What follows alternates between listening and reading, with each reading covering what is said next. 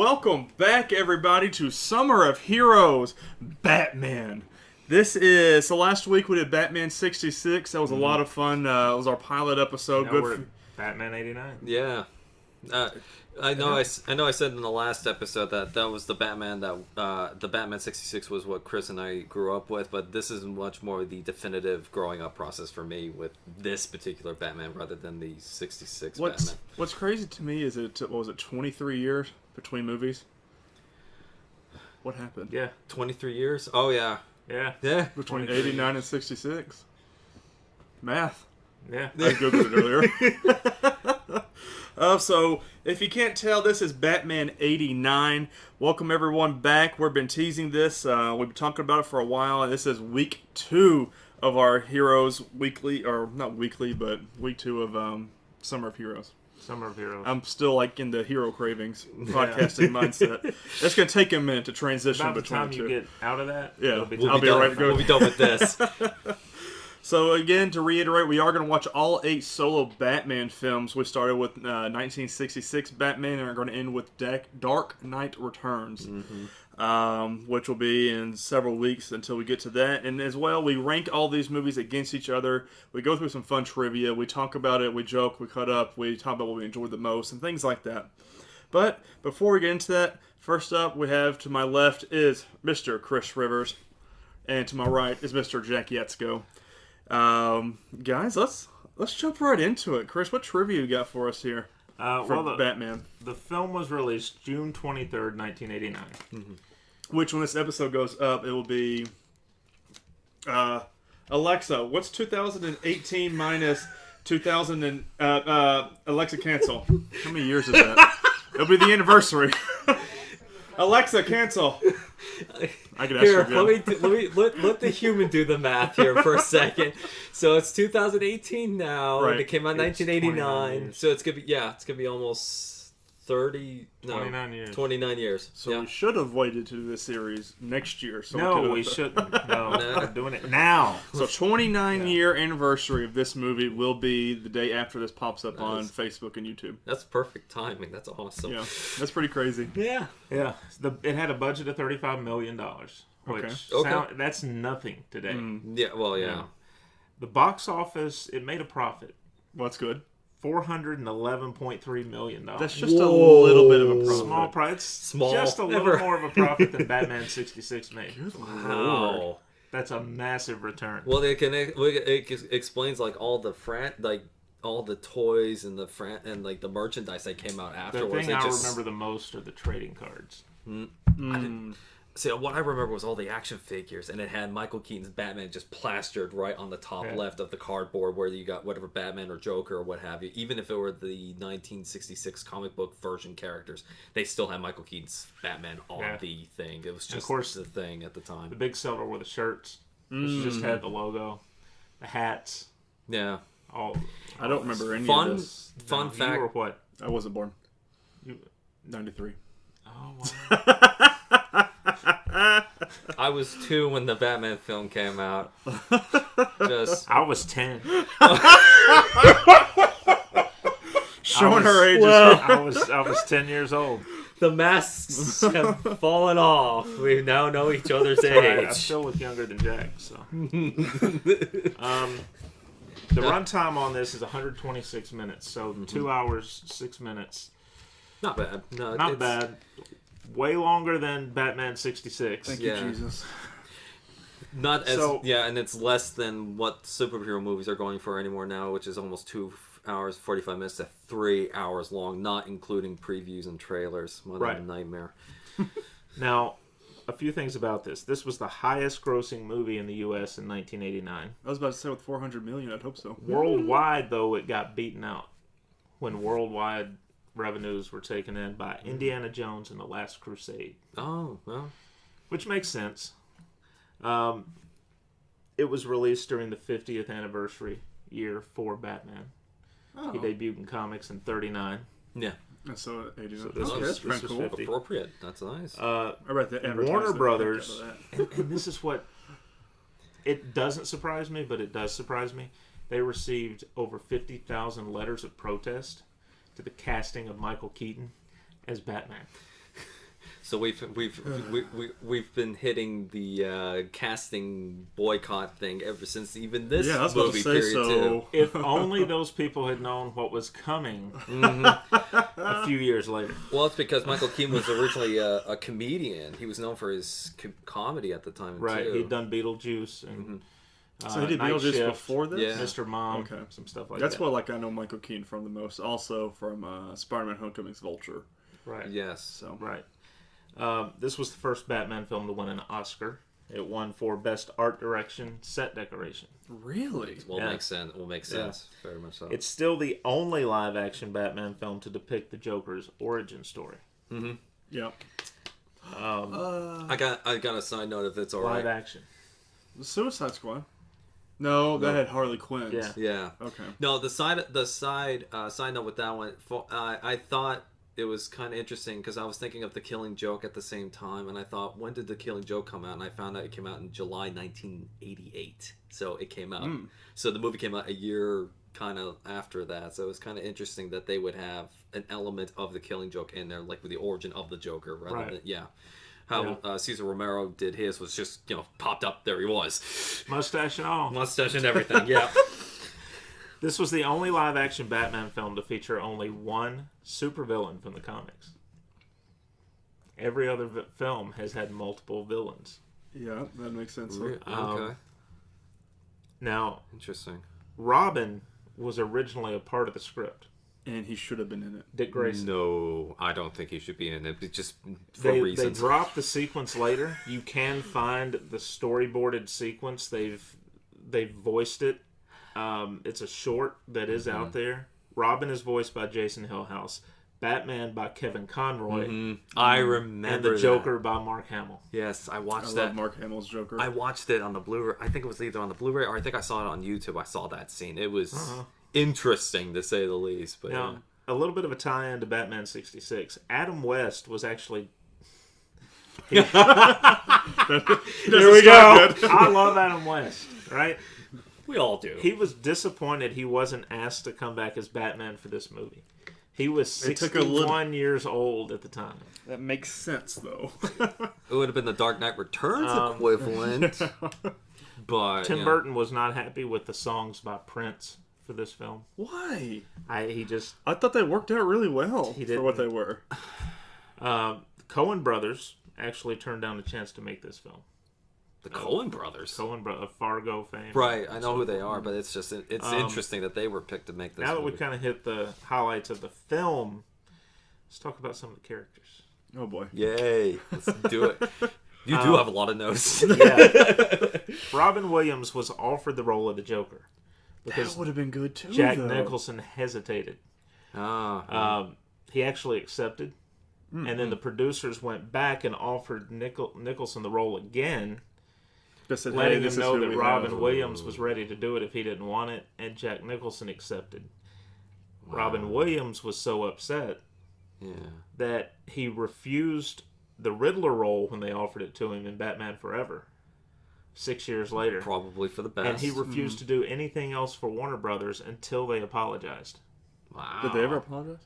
I think they did. Okay. Jack Nicholson made off like a bandit with this movie. I'm sure. Instead of taking a salary, he said he would take a percentage of the gross profits. Ooh. Whoa, okay. Smart. Yeah. His pay was roughly $60 million for this one film. Was this before or after The Shining? This is after. Way after. Way after. Yeah, Shining was in the 70s, wasn't it? It was, like 79, I think? Yeah. 70. About 79. Quit confusing me. me. To this day, Jack Nicholson says that this is one of his favorite roles, and the reason that he says that is because he actually got to go back to his roots of The Shining and One Flew Over the Cuckoo's Nest, roles like that of playing these psychologically damaged characters. Yeah. And that's one thing he loved about this part. There was no framework. He could do whatever he wanted to do, and it made sense for the character. Don Johnson and Dale Midkiff were considered for the role of Harvey Dent. Now, Billy D. Williams accepted the role and he had it reserved for him in future movies. When they decided to put Two-Face in Batman Forever, they decided they wanted Tommy Lee Jones. So they had to buy out Billy D. Williams' contract. The funny thing is, later on in the Lego Batman movie, Billy D. Williams voiced Harvey Dent. So That's awesome. he still got it. Of course, I would prefer Tommy Lee. Honest, I hate to say that, but I hate that with Tommy Lee Jones getting the role for Batman Forever because Tim Burton kind of pulled himself out of the director's chair for the last two films before the. Is this before or after Star Wars? Okay, way after. Way. Was it really? Yeah. Yeah. You're like 6 years. Oh. This is something. Michael Keaton came up with the "I'm Batman" line. Okay, I knew that. Okay. The scripted line was "I am the Night." Oh. Okay, I'm glad they did one with the I'm Batman. I would go with the I'm Batman and too. he just kind of winged it. I'm Batman. Vicky Vale was a redhead in the comics, but due to a coloring error, or she was a redhead due to a coloring error. Oh. In the comics. Oh, okay. She was intended to be blonde, so having Kim Basinger, not Basinger, in the role actually worked out because that was what she was intended to be. Now, did Vicky Vale appear in the comics first, or did she appear in the movie? She appeared in the comics first. Okay, because I was going through, I was trying to figure that out years too. before. Okay. Did we ever see Vicky Vale in any of the other movies? No. We saw her on the series on Gotham. Right. Well, actually, that was Valerie Vale, wasn't it? Yeah. It would be Valerie. I Probably. think she was in because the reason I know who she is was because the Tall Tales Batman series. Vicky Vale's in it. She's I think the first episode. Well, no, Vicky Vale was in all the first Telltale. First season. Yeah, first season. Yeah, she was the Madam Arkham. Yeah, she spoilers for that one. Good job, Tyler. We just jumped right into that one. It's been 4 or 5 years. Yeah, well, so as long as we don't do the enemy within Telltale, I don't know anything about that one. Yeah, okay. I played it all really good, but anyway. That's the It's if you need a video game to play Batman related, wonderful. He's still my favorite Batman. The Tall Tale series Batman. Very good. No. Yeah, because you get to make your own Batman. It's kind of cool. Okay, so now Kim Basinger actually accepted the role 1 week before filming began. Here's why. Sean Young was cast as Vicky Vale, but she broke her collarbone. Oops. Ooh. So they had to recast. Oh, they I scrambled. thought we had another kick scrambled. situation here. Scrambled, and they came up with Kim Basinger. Okay. I'm very happy that they did. I am Yes. too. Yeah. Yeah. Probably the better things to watch on this movie. The action in the cathedral, as you get to the end of the film, Yeah. that unfolds in real time. Really? Because they comment, there's a line about 10 minutes. Yeah. It's 10 minutes till they get to the top. Oh yeah, because he radios saying he needs a... Yeah. He said 5 minutes. Jim Gordon being the only one trying to Make it push 10 the bell. That was We'll get there. Let's go. Stupid. Another Michael Keaton note, he came up with Batman speaking in a lower register.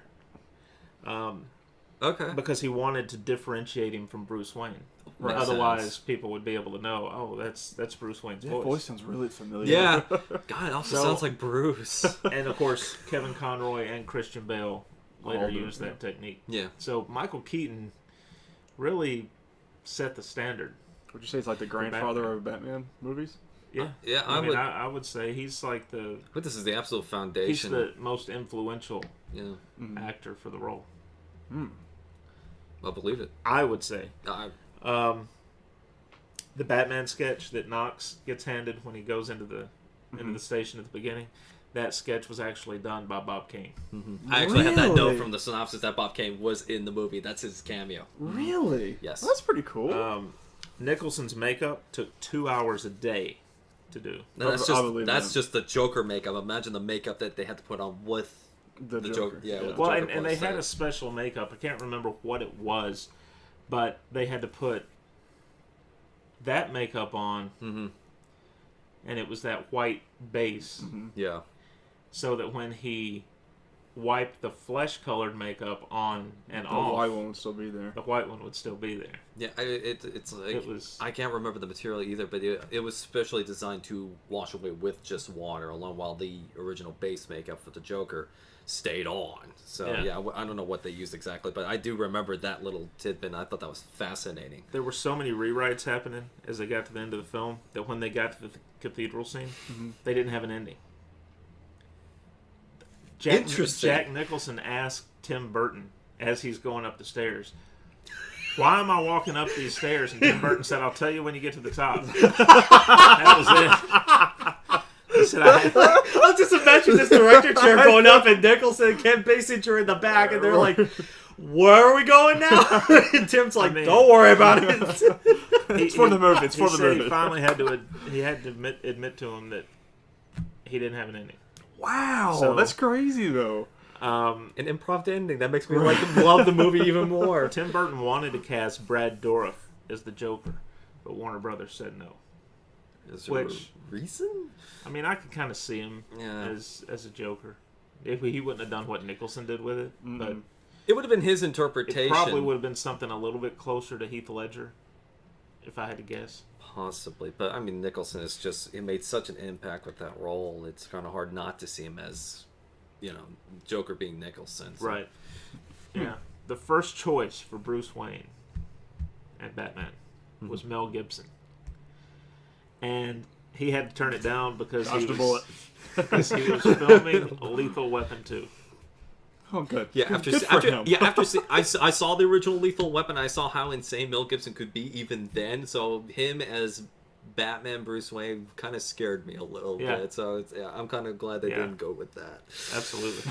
Robert Wool ad-libbed 2 lines in the film. He ad-libbed the "what a dick" line as he walks away from being given the drawing. Yeah. And then he ad-libbed the line in the room in Wayne Manor with all the suits of armor where he said he must have been king of the Wicker people. Yeah. Yeah. I can see that. What's the actor's name again? Because he keeps escaping. Robert Wool. Robert Wall. Okay, because I haven't seen him in anything else other than this movie. You don't watch a lot of movies, do you? I do watch a lot of movies. It's just, he may have been like that. He's probably that one, to me, the one guy that you see but can't remember the name. So that's probably the reason why. When Dick Grayson was still part of the script, they asked Kiefer Sutherland to take the role. He turned it down. They have a lot of interesting choices in the 80s. Back then? Should we ask Alexa again? No, let's not. He wouldn't have been that old. I don't feel like. No, because he was probably early 20s, and that was around the time they did Young Guns. Yeah. So I would say, yeah. Eckhart is based on Harvey Bullock, which is pretty clear when you're watching the movie. Yeah, Yeah. makes sense. And finally, the last one. Y'all ready for this? Pierce Brosnan and Ray Liotta were both considered for the Bruce Wayne Batman role. Both turned it down. Liotta was also offered the roles of Harvey Dent and the Joker, They really wanted him. but turned them down as well so that he could go film Goodfellas. Very, very good choice. Again, good Man, choice. that's Yes, a I do hard agree. choice, though. Yeah. That would have been a hard choice for me. I'd been, I mean, both- superhero. Yeah, but you gotta think at the time, the most recent superhero films were the Superman franchise, Yeah. Yeah. and the first one was good, Yeah. and then they kind of went downhill. So this was Later. is Coming it- to a summer near you. We'll touch that subject later on. that was very much later. is it gonna work type Right. thing. And of course, But, hindsight's 2020. It so did well for him. Yeah. Goodfellas is an amazing film. we need to do just like a podcast of just like other movies we've watched, not just theme related, but just like Okay. Goodfellas and such like that. That'd be Yeah. kind of fun to do. What do you folks think? Let us know. It's like live audience. No? Okay. Have All right. a laugh track. Yeah, laugh track. All right, Jack. Yeah. We're gonna You're sit up. back for the next hour and a half and listen to you.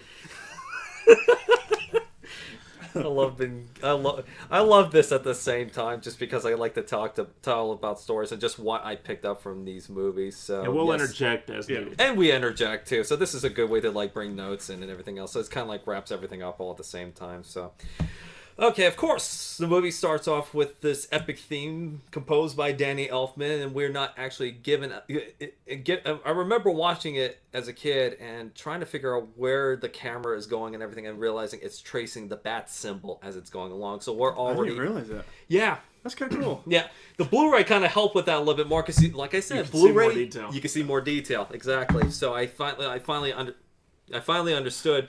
All right. So I understood. This is the table, don't worry. Yeah. So with the theme and everything else, and Jack Nicholson's name being first, of course, I guess they knew he would be, because it's Jack Nicholson. I mean, back as we were talking about, Michael Keaton was that was the part of the deal to get him on, though. Yeah. So. And plus Michael Keaton being the comedian and not really, having a big name other than being with Beetlejuice and Mr. Mom, nobody wasn't really sure how this was going to go, especially how fans reacted to that even then. So they just didn't have Twitter at the time, just clicking away. So now we already have a massive close-up sign on the symbol, symbolizing the mystery behind the movie, what's going to go on, because obviously Batman 66, very campy, very cartoonish, but now this is where we started to see comic books get repetitive, boring. People want something new. They wanted to go back now to the darker side of comic books, and Tim Burton was the head of this production, as we talked about. I love this opening scene. I do. And the parallels. Mm-hmm. Oh, yeah. And it's interesting, too, that they have a big fight scene in the beginning, and then we have another press conference, too, as well. So it's kind of interesting how that parallels to Batman 66. But anyway, and also, we are also introduced to a vast different Gotham City too. Remember we said about Sunnyside, California. All the battles took place in daylight, give or take. Sunnyside, California. This is not Sunnyside, California. And in fact, I think they had a contest way back when they were reviving the comic book franchises in general, where Gotham City would be if given the choice of an actual location, because Gotham City didn't really have a location. So somebody voted for New York City. So that's why there's a lot of Gothic architecture, and that's why there's buildings that tower the city itself. So it's kind of why it worked out so well, because then you could just make this elaborate, complicated set piece to symbolize the Gotham City. The funny thing is, too, they filmed the first one over in England. In England? They filmed it in England. What, the 66? No. This one. Batman. Yeah. Really? It was filmed in England. And then they would film the next one on the Warner's lot. Okay. Well, yeah, because I got nuts for Batman Returns too, but we'll get to that later. So, next episode. That's Netflix's problem. Yeah. So, okay, back to this. Now, we don't have like any tale of Batman, Michael Keaton yet. We're actually focusing on a family that is trying to just simply get a taxi to just get out. Ironically enough, it takes place. I was like, are we starting off with the Batman origin story? But that's ironic enough because that's the same place where the origins happens for Michael Keaton's Batman. Mm-hmm. But it's just to help us set up the scene that this is going to be a much darker, much more vengeful Batman than we've had before. So it's funny that the father says to the kid, "Could you put that map up and we're going to look like tourists?" But they are tourists. Sorry. So eventually they do get to it. The thing with this movie too is that there are a lot of lines I can remember off the top of my head. I can remember the mugger saying, "Come on, just $1. You're deaf, don't speak English." Small subtle lines like that. But it's just the delivery on how these actors portray these characters is what makes this so memorable for me. So the family does get into the alley. They are mugged.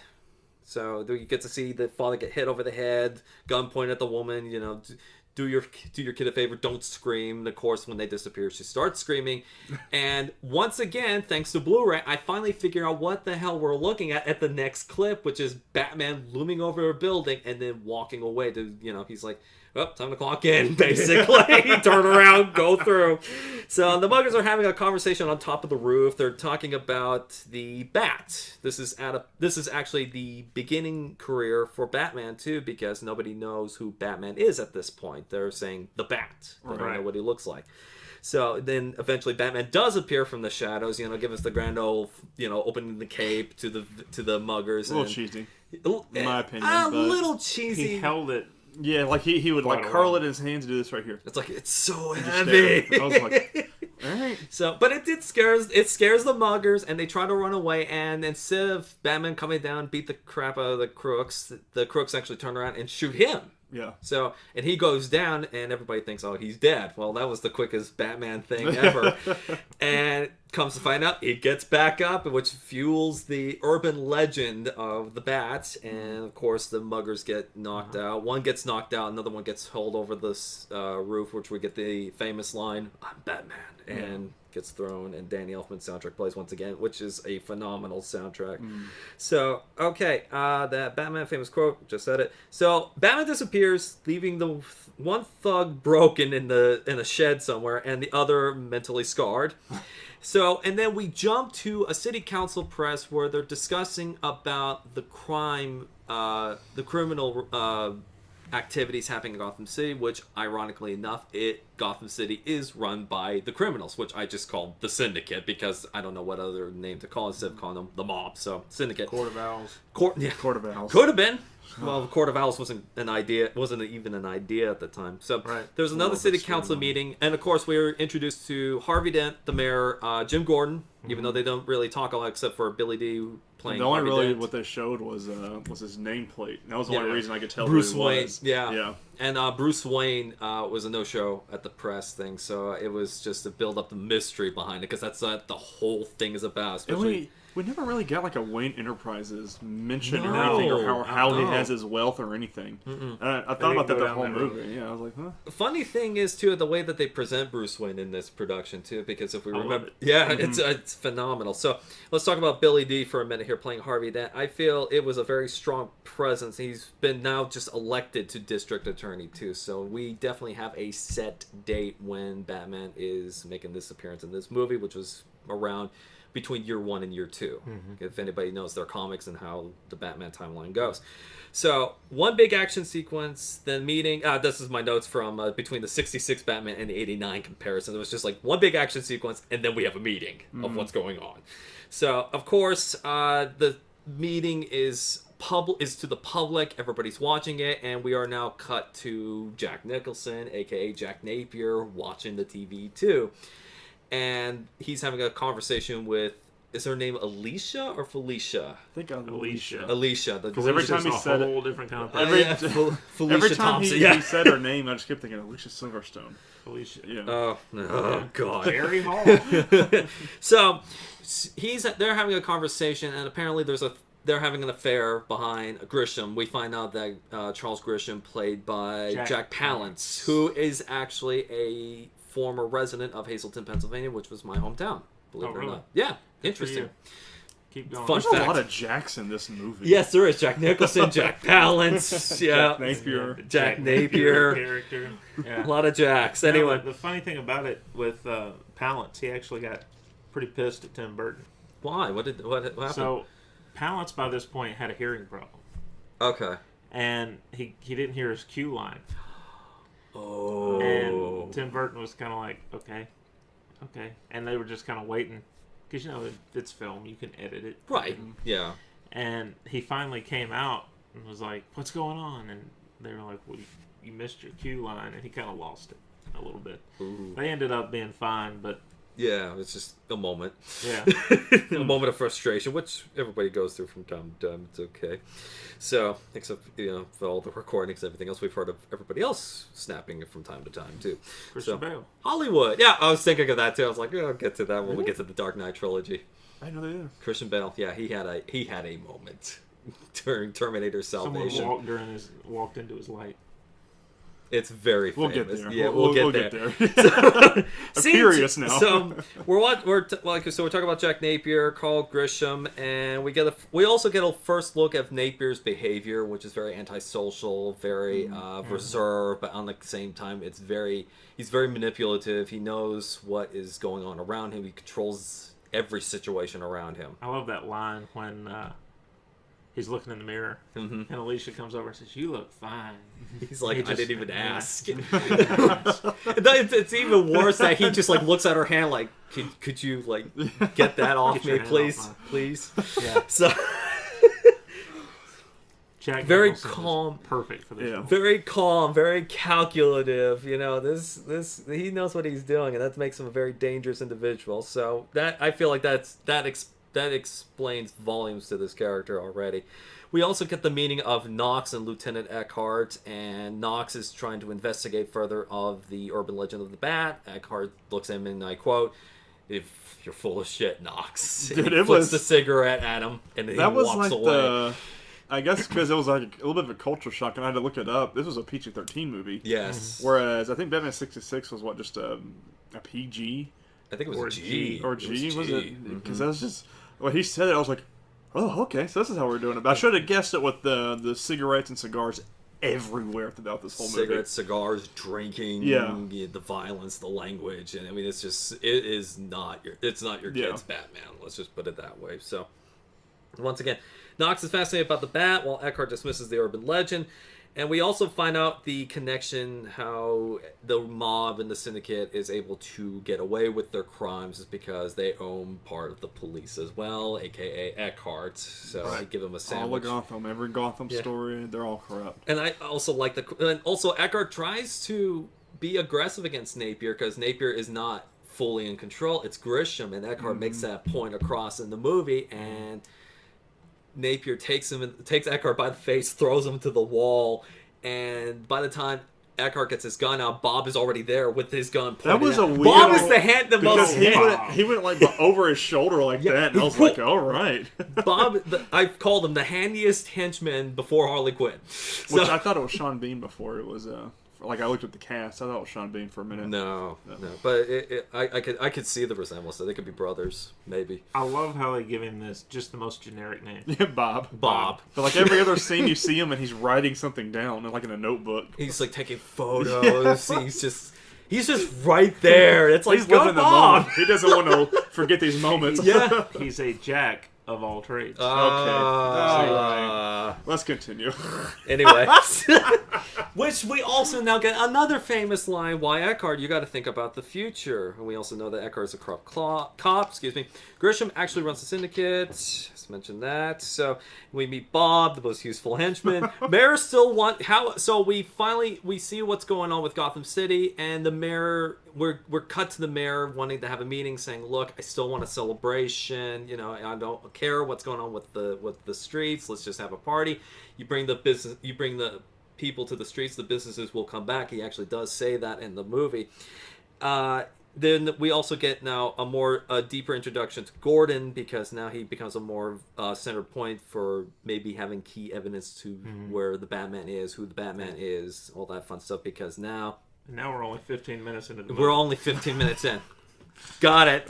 Anyway, Knox returns to the Gotham Globe. I called it the Gotham Gazette because that's what the comic book version of the newspaper was, but it was called the Gotham Globe in the movie. So Knox is heckled at the Gotham Globe for his investigation, of course, given a drawing by Bob Kane, which I thought was the best Easter egg for any Batman fan ever. So then we're about to meet Vicky Vale, played by Kim Basinger. So Vicky and Knox Basinger. Excuse me. Right. I did it wrong. I did it wrong too. We all did it. So there you go. Childhood crush. Sorry, Kim. I'm sorry. We're sorry. Vicky and Knox automatically partner up. I love how the conversation, took one thing about the Bat and they're interested in like, hey, let's team up rather than building up the relationship. Yeah, and she's a legit photojournalist. She's photographing wars in other countries and Cambodia. Yeah, Cambodia. That. And, so yeah, she's just fascinated by this story of the Batman. Yes. Those the rumors or something that brought her into the city. I love how Knox was just dismissing her automatically, going, who sent you? Yeah. So they know Gordon has like some form of evidence, but he's not confessing it. So they know Gordon was going to go to the ball the charity auction that Bruce Wayne's having at his mansion. So Vicky Vale managed to produce 2 tickets for them to go. For however she got those tickets, we don't know. So it's interesting the fact that we saw Batman the first 5 minutes of this film, yet we have yet to see Bruce Wayne or Batman or anything else up to this point. It took a while for us to get to him. Which is kind of interesting when I was watching it, and I was noticing that Tim Burton loves detail, but he likes you to focus on a certain aspect with his beginning themes. He likes the build up too. Mm-hmm. He really, and you see that more even more in Returns with how Oh, long yeah. it takes you to see Penguin Oh yeah. stuff. And we'll get to that. Yeah, I got some interesting notes for that one too. So Grisham, played by Jack Palance, is aggravated with Dent in his ongoing crusade because Dent is closer to finding out about Grisham's criminal empire and having evidence against him.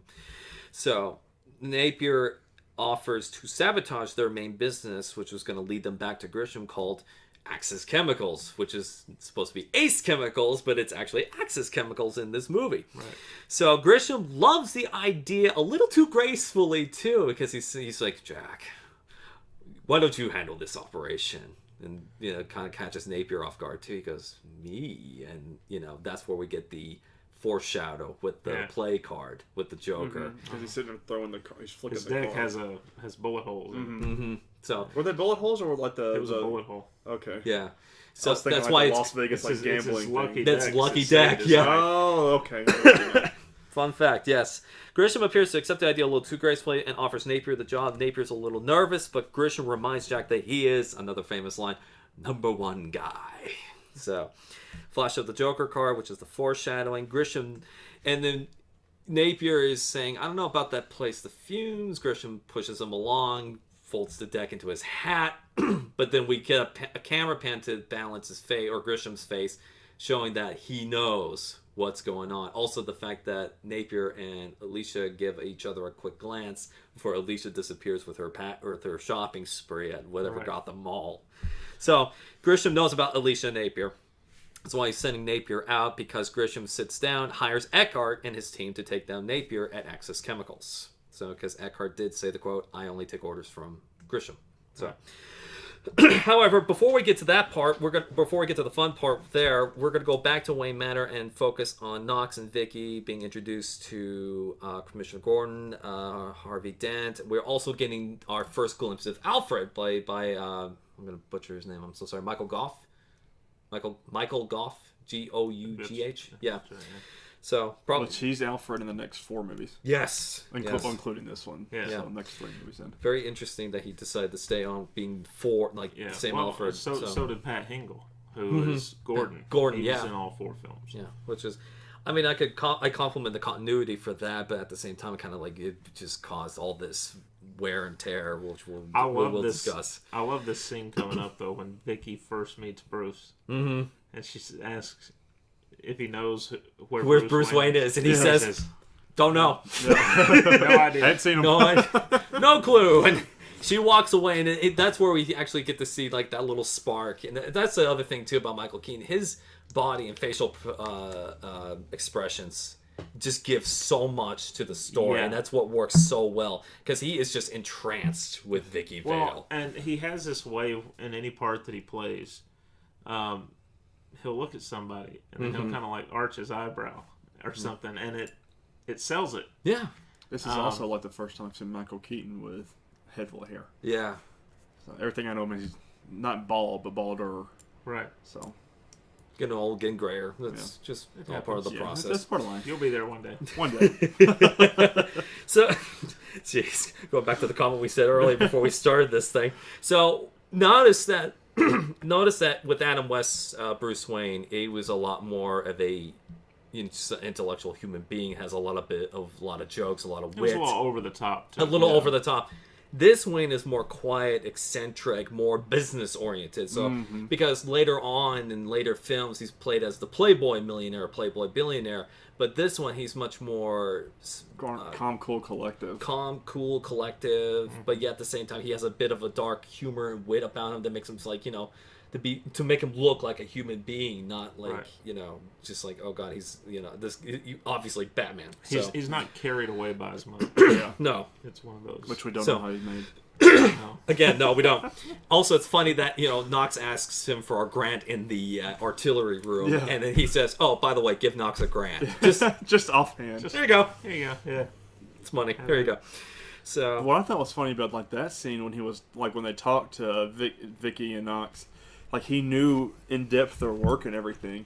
He was like, you wrote this piece. He goes, did you just get back from Cambodia? I loved your work there and everything. It was like, Cordon Maltese is what it's called. Do you have that kind of money to, that kind of time just to read through all the newspapers and everything? Everybody on the guest list. Oh, that's make true. Sure he knows something about them. Not to mention, we find out later too that he has the whole manor under surveillance too. Like overly protective surveillance. Well, for him, you have to be. So, Vicky, Knox, and Wayne have a discussion in the artillery room. This is where we finally get to know living room, dining room, arsenal. I love that bit too, because they're talking about the different bits of armor. Yes. And they're trying to figure out where this one suit came from. And he walks up behind him and says, was it Japanese or Chinese? Yeah, it's Japan. It's Japanese. He's like, yeah, it's Japanese. And Knox is like, how do you know? Because I bought it from Japan. And then he says, he just hi. Smooth, right in there. And he's like, hi, I'm Bruce Wayne. And then when he introduces himself to Vicky, she says, are you sure this time? Yeah. This time. Which I Maybe. love. That plays with his duality, though, a little bit, too. Because, sometimes Bruce Wayne is not always Bruce Wayne. Even when he's away from the costume, he always sees himself as Batman. So, right. It's kind of, we may laugh at it, but it's also interesting that, he would be a little confused with that identity because he was never been Bruce Wayne since that tragedy. So that's interesting. So also the fact that we go into an armor, to the room full of old armors, I feel like that was just Tim Burton's way of saying that this is a representation of the Dark Knight. Because all the suits are armored knights or soldiers to protect their identities. Cool, and you have to think the backstory we don't get is his training. Yeah. So he would have gotten this probably on his travels with Ra's al Ghul. Right. So we don't. Yeah, that would have been a really good introduction later on if they decided to keep with the Burton Keaton Batman films. If they did do that, that would be fascinating. But we didn't. So, unbeknownst to Knox and Vale, they are being monitored, as we said before. They're looking at the mirror, and we, the audience, are given that perspective that they're being watched. 7 cameras. Yes. On one mirror. Right, yeah, that's a little intense, but I mean, if one battery fails, you got 6 more, I guess. But whatever. But then we're panned to like a brief introduction of the Batcave. We don't really see the whole thing until later, but we also get to see Wayne truly who he is without the costume. But he's just very silent and very calculative because Gordon gets pulled away from the betting tables, and he is told from a cop that that there's something going on in Axis Chemicals, and Gordon's like, well, I haven't been told about this. Who's in charge of this? And Eckhart. and he goes, oh my, the famous like, oh my god, come on, let's go. So just smoking too. About the Batcave too. This is one of those things where it's very, very dark, and it looks like there are just these little ledges for the stations. This is nothing like the Batman 66 Batcave. No, with everything labeled. Yeah. All dark. Robin had a label. No. No. There was no Robin to put labels on. So I mean, and Alfred wasn't about to do it. He No. was like, look, I have other things to do. I'm not doing that. For what little years of Take my that life, I do label not maker. wish to put labels or mourn old friends. So we finally now get to Axis Chemicals. Eckhart goes in. Napier's already in there with his gang. They're trying to destroy all the files, the documents, and of course, the safe has already been cleared. So Napier being the very smart man that he is, already puts two together, saying, "We've ratted out. Watch yourself. We're about to get attacked." And sure enough, they do. So pandemonium does ensue. There's a great big chase between the cops, the police. I already said that. Oops. The police, Joker's gang, or the crooked cops. The crooked cops, Gordon, and eventually Batman. But Batman, he's the very stealthy individual that he is in the shadows. Pops in at the end. Yeah.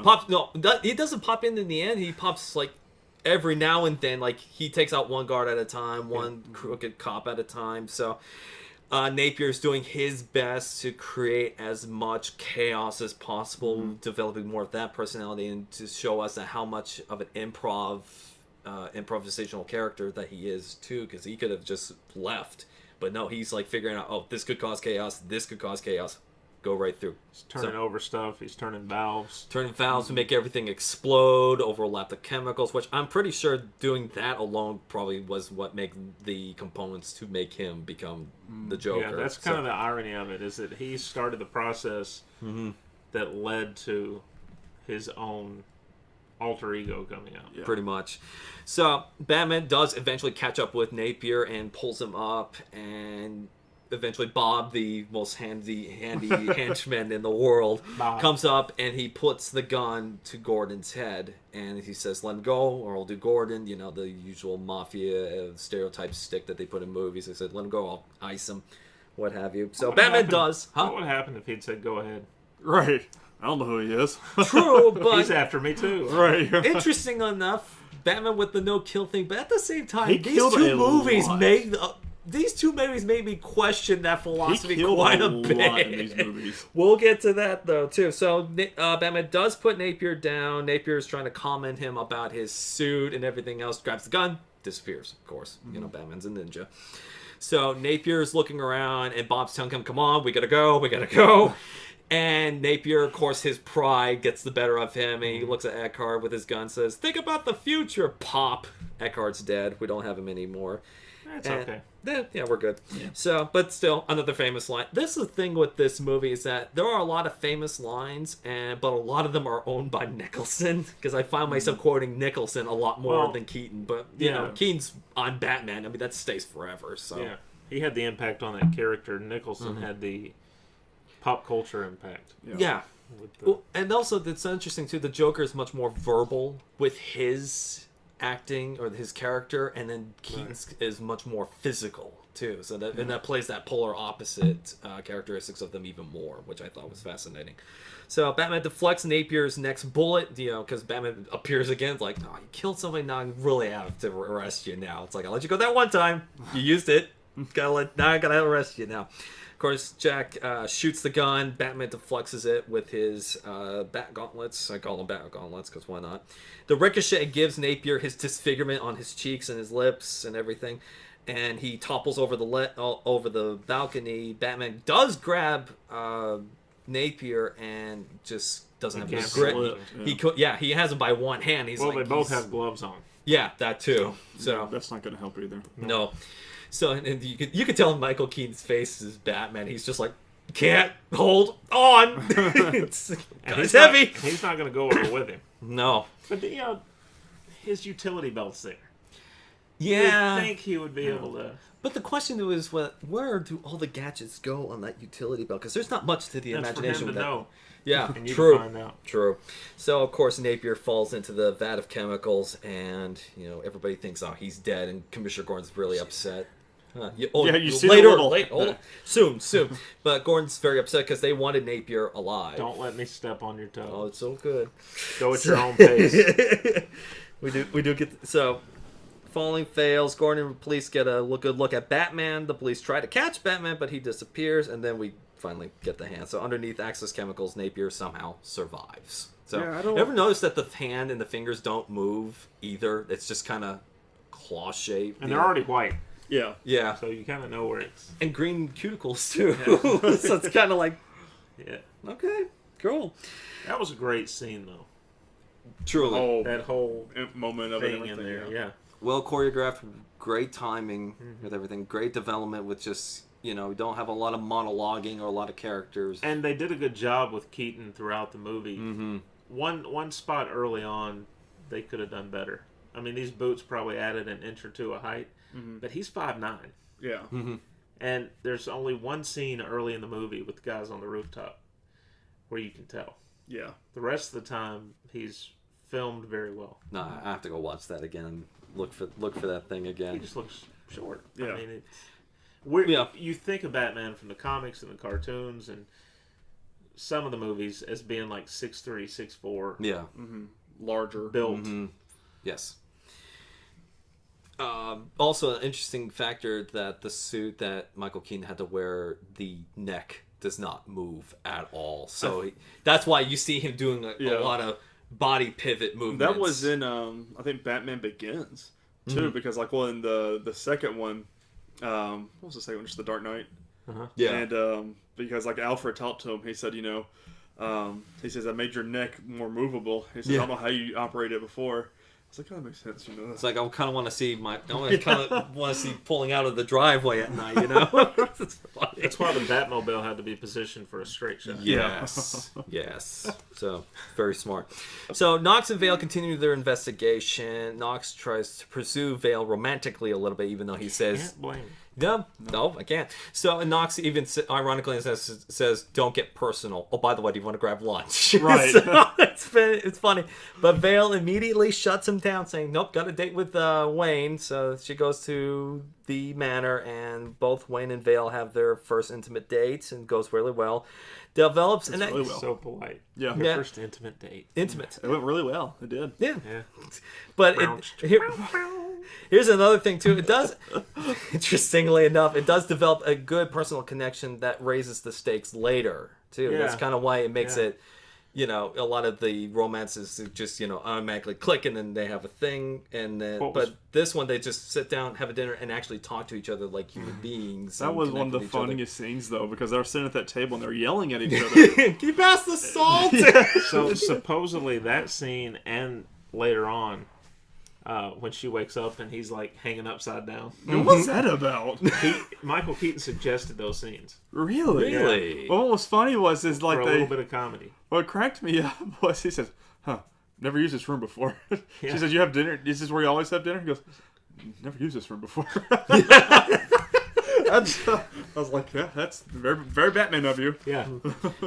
I mean, I love how they approached this too, and they actually brought Alfred in as well, and I think that's what made him stand out so much more in future Batman installments too, is because they made Alfred more of a father figure for Bruce Wayne, and just having a much more deeper connection with him, which made Bruce Wayne even more human than what he was. Well, isn't it in this movie when he's talking to Vicky? It could be in Returns when he's talking to Selena. He mentions that Alfred is all the family he's got. It was this one. It was this one. As soon as Alfred goes to bed, Keaton says, or Bruce Wayne says that this is his only family member. Mm-hmm. Yeah. So yeah, really good. Funny thing, and then parallel to that day, while happiness is going on for Michael Keaton or Bruce Wayne, we're seeing now Napier going under plastic surgery and seeing the effects of the chemical mix-up. And that's more Burton genius, because you want to see it. Yeah. And he doesn't show it to you. Builds it up. Of course, if you're watching on the Blu-ray, you do get you see Jack Nicholson, but without the Joker makeup, and he's just him laughing. He doesn't even have the prosthetic on or anything like that, which was interesting. Really? But it kind of killed cool. it killed the moment for me a little story of bit, it. because it's supposed to be dark, mysterious. You only have one light bulb, and it's like swinging back and forth, and he's just mirror, and scares the plastic surgeon. There's so much intensity to that. See what I'm working with. Yeah. See what And the tools look pretty medieval. I mean, it's it's gruesome. Yeah. But also, this is like Napier's buildup of the laugh too. He's just like starts off giggling, and then it builds up to that horrendous shrilling of a laugh. And I feel like that was an homage to the Killing Joke too, because that's kind of like how Joker sees himself in the water. And he has that moment of like sorrow, but then it starts building up into this hysterical laughter, which I thought that was an awesome homage to. So we finally go back. We go back again to Bruce Wayne and Vicky Vale, which they get together even more, and they start making out, having sex, what have you. So whoop, and I did make a note of whoops, lighting in background for Napier's scene when he's going up the stairs. I looked at him, it's just Jack Nicholson, no makeup, nothing on. I'm like, okay, hey Jack. So interesting line because of what happens later in the film. Vicky Vale says to Bruce Wayne, "Why are you afraid of flying?" Why that of all things? Because he says, "Hey, I got one drink, I'm flying." And then she says, "Why are you afraid of flying?" Because later on in the movie, he is flying, but in the Batwing. Kind of interesting. Well, but Bruce Wayne is not Batman. True. But I'm just kind of interested in, like, of all the dialogue to say to Wayne, why that one? I don't know. Maybe we'll pick that apart later on. So back to Grisham's office. He's relaxing. He's he thinks to himself he's having a victorious moment. He got rid of Napier. All is well. Everything's covered. Access Chemicals is taken care of. He's kingpin once again. Of course, Napier appears and he's accusing Grisham of being a fool for thinking that, you're going to kill me off just because of one woman. Are you insane? So, and then Joker reveals himself and then he says, Jack is dead, my friend, but you can call me Joker, which is the, the music and the build up, the intensity of the shadows. I mean, it's wonderfully well put. And he says, and another famous line, and as you can see, I'm a lot happier. And then he just, the carnival music builds up, the gunfire and everything. It's just, it was purple suit, him laughing as he's shooting the gun. And he's not just shooting the gun, he's trying different angles of how to kill Grisham. It's just Joker unhinged, but this is not the trickster Joker. This is the more mobster Joker that we get to see later on in comics as well. It was like during the Golden Age, he was a trickster, but I think in the Silver Age, he was much more the mafia running his own enterprise. They do that for the animated series too, for that Joker as well. It's not the Heath Ledger, which is the Bronze Age yet, but that will be an interesting one. So, I mean, another note at this, I think at this point too, because I saw Joker, because I remember in the VHS that Joker in the shadows, you couldn't see his face. VHS kids, that was a video cassette. Very old. Our age is showing anyway, but the Blu-ray once again lighting messed up with that, so I got to see the makeup beforehand. And also you mentioned about the bat gymnastics, which Michael, him hanging upside down on the pole and everything. So that was it. That's interesting. I didn't think Michael Keaton made up those scenes. Interesting. So, Joker. We go back to Joker. He's very jealous of Batman, also for Batman's publicity, but he also wants revenge as well. So, another famous line: "Wait till they get a load of me." Joker starts elaborating a series of plans. Wing freak terrorizes. Yeah, it's fantastic. A lot of if anybody's seen this movie or is have seen it in the past, you could mention one quote, they know exactly what you're talking about. Yeah. And they'll probably start dialogue then too. So next morning, after the aftermath of everything that's happened, Vicky tries to plan another date with Bruce, but Bruce turns her down. He lies about a meeting and tries to hide his personal feelings because Vicky already says, what's wrong. It's like she could read him automatically. And he lies to her saying that, I just got to leave for a week. I'll be back. Then we'll do something. And then, of course, Alfred, communication's key, folks. So Alfred says, back, Miss Vale. We're going to be here for a while. So right. Vicky's already hurt, but also suspicious now, too. So this is... Good job, Alfred. Not what's going to happen later on. Last check on Friday. No. You'll be saying that when we get to this next part in the end of the film. Also, at that point, Joker reveals himself to the Syndicate as well as to Alicia, and he's sitting there going, honey, you wouldn't believe what happened to me today. And, of course, she passes out. Joker's just like, okay, well, can't handle it. Too bad.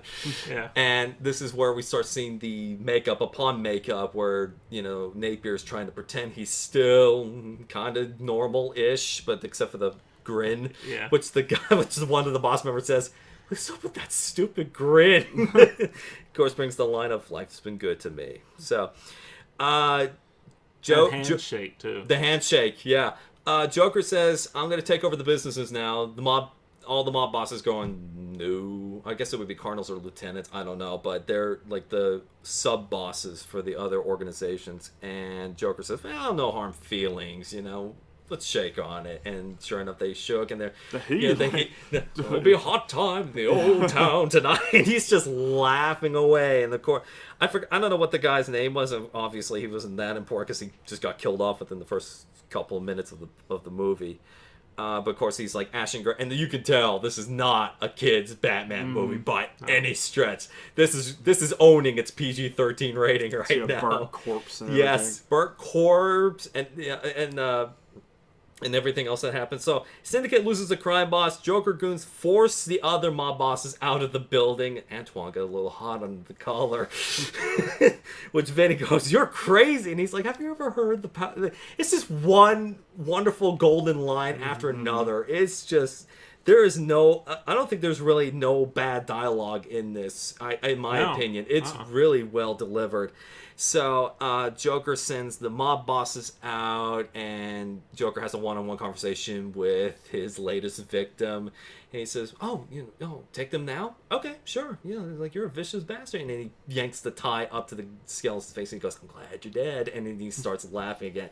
It's just it is I'm surprised this did not scar me for life as a kid, because I was like 6 years old when I first saw this movie. So I'm calling the government. It says PG-13. I mean, all right. So He just told on himself. Right. pretty much. Okay. Joker wants Knox investigated. Also because he wants more information about Batman, but so he sends Bob out, which he mimics the line from Grisham's, "You're my number one guy," and everything else. And that was an ad-lib. Yes, that was fantastic. So, let's see. Vale takes the investigation on her own for this first part, while Knox is concerned for her safety. So, Wayne goes to his meeting, quote unquote, which is, of course, the equivalent to Crime Alley. It's not called Crime Alley, but for comic book fans, it is. And Vale is taking photos of Wayne. Wayne's not suspicious of it. He doesn't even know. And then they finally part to City Hall. Doesn't he own that hotel? Does he? I don't think they allude to it in the film, but I was thinking at some point He might. something I saw or read said that the implied message was he bought the hotel. Did he really? Okay. Well, Right there I know where his one of the parents were movies- murdered. Well, it makes sense. I know in so one of people them- wouldn't be... Mm-hmm. Exactly. I know in one of the movies it said like there's a plaque right where they were killed or something. I forget which one it was.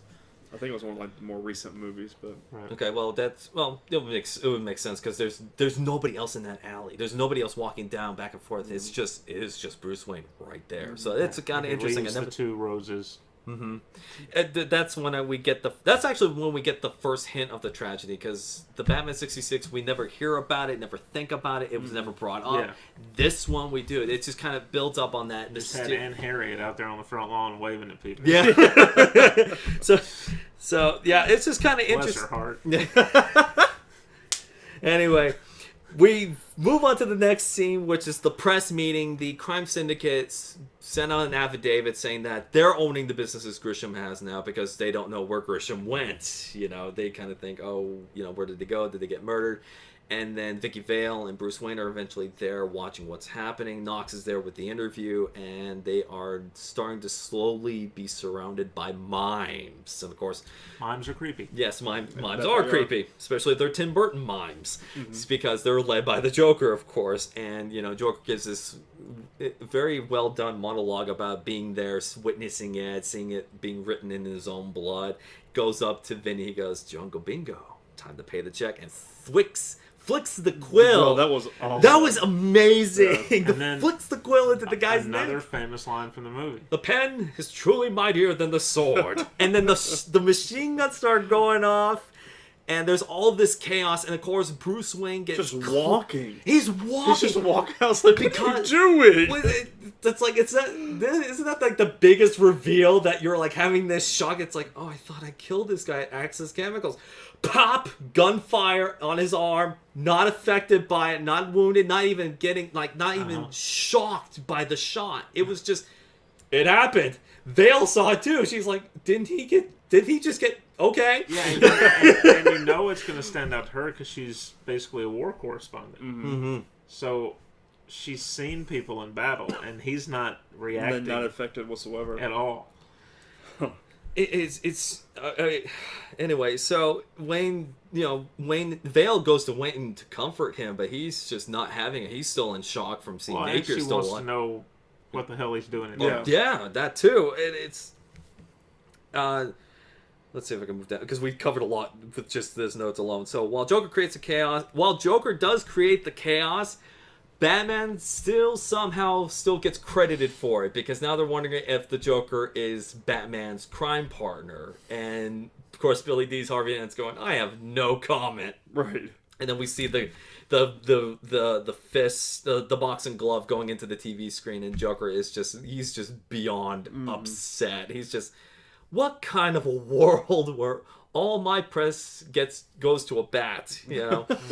And he says another famous line: "This town needs an enema." And he does the party, the what are those things called? Those, I don't know what they're like, the Party blower thing. party blowers. Yeah, I couldn't remember what they're called. We're back to Wayne's manor. He comes in, just takes the jacket off. May I have a glass of? And Alfred just gets in the water.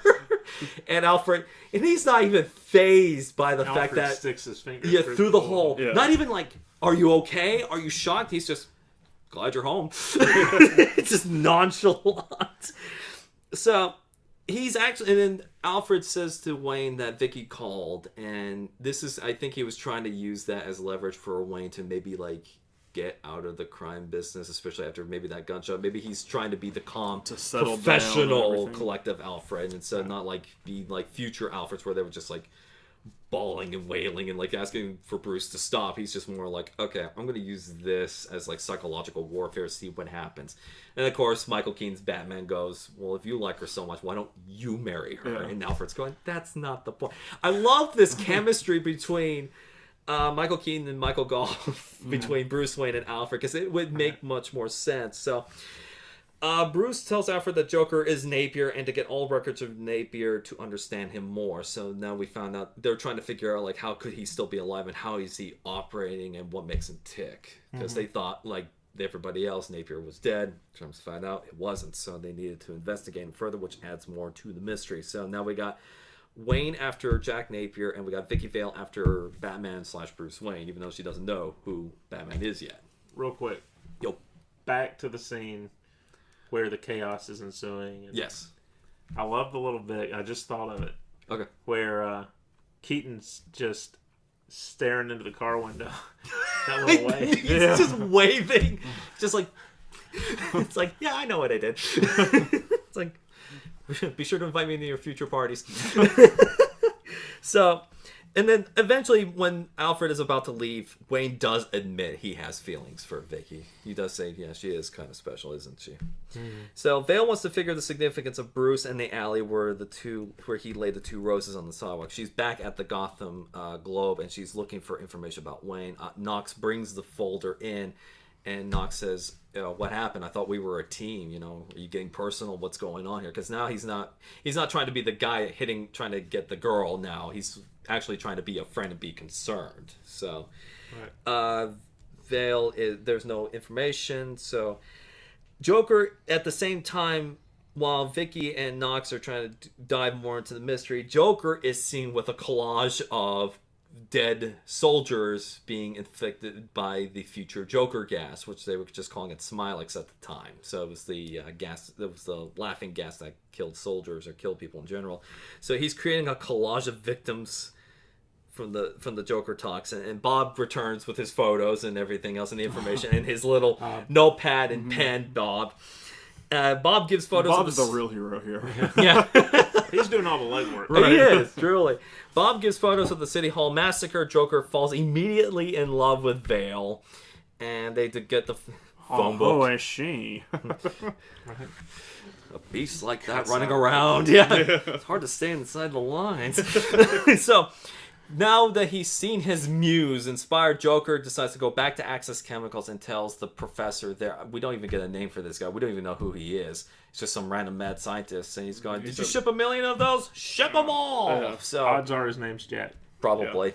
Yeah. How everybody's named at this point. Probably Bruce was named Jack at the time, too. So the first two... So the Joker toxin is being released. It's not the Joker gas yet, but it's the toxin products that are in all these makeup, beauty products, or just any grocery products in general. So the first victims are 2 models, and then we eventually lose poor Becky, the news reporter, who just gets into a giggling fit. Which, Becky, that's not funny. Becky, stop it. It's like, what's going on? And then... She falls backward. Yeah. That's it. Yep, and she's dead, and then Joker cuts in with his own commercial, quote unquote. So, I love how he just describes his product. He's like, he has one of his victims tied up in the chair. He's like, he's been using brand X. He just drags that out. Hair color so natural, only your Undertaker knows for sure. And then of course he had the models, and then the cutout and everything. It's just that's just Joker in a nutshell. And not to mention the camera pan of poor Becky and just the Joker grin. Kind of terrifying. a little bit. So as I put it, spit on sorry, sorry about that. Terrifying. So it does say. Hell was that? I don't know. Anyway, can we cut that out? Anyway, happens to the best of us. So I even put in my quote going, "Geez, dark images much."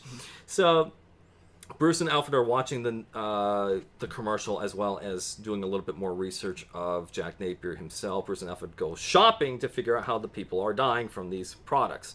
The toxin is sent to the city, sends the city into chaos, and eventually we find out Vicky is tricked to going to the museum thinking it is a date with Bruce because Alfred says Vicky's going to be a couple minutes late at the museum. Yeah. And Bruce going, okay, wait a minute, I'm not meeting her today. So then we cut right into the museum. Another famous scene happening there. Because they destroyed all the paintings. Yes, to Prince as well, to the music of Prince. So the funny thing about that is Jack Nicholson in real life is a real art lover. Really? And they said even though those were replicas, he kind of had a hard time with it because they were defacing art. Interesting. So was that... That's awesome, though. So when he pulls his cane out to stop Bob from cutting the one photo, was that improv or was that in the script? When you say that now... I would believe that was improv. Yeah. Probably. I like this one, Bob. Yeah. So it's just, I love the choreography too. It's just, it made me cringe though, like those paint. I was like, oh, those are. Yeah. Oh, okay. One guy just threw the whole paint down. I was like, oh, okay. $1 bill and everything else. So, but I giving George Washington the green hand. I'm sure a lot of people who were watching this film were also kind of cringing at the fact that art was literally being destroyed, sculptures were being knocked off, and everything. At least they were replicas. Yeah, that's true, and it's just you can't help but like enjoy the energy that this scene is giving out too, because this is where our Joker, first Prince song. First Prince song, yeah, and the first time we really see Joker get just like caught up in like just.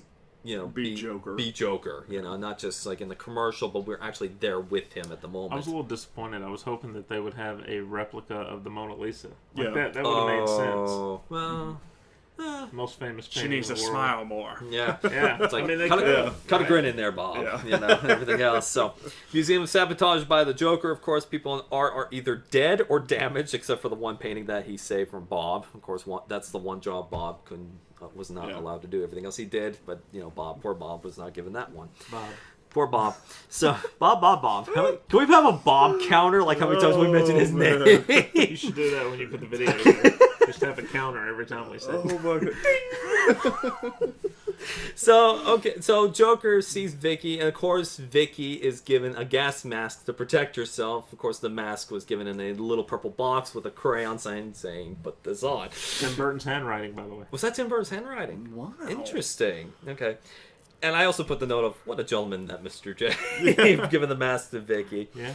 So, and this is where we actually get to hear Joker's full why he's doing this in the first place. It's not just for anarchy or chaos, but he's trying to be recognized as a fully functioning homicidal artist.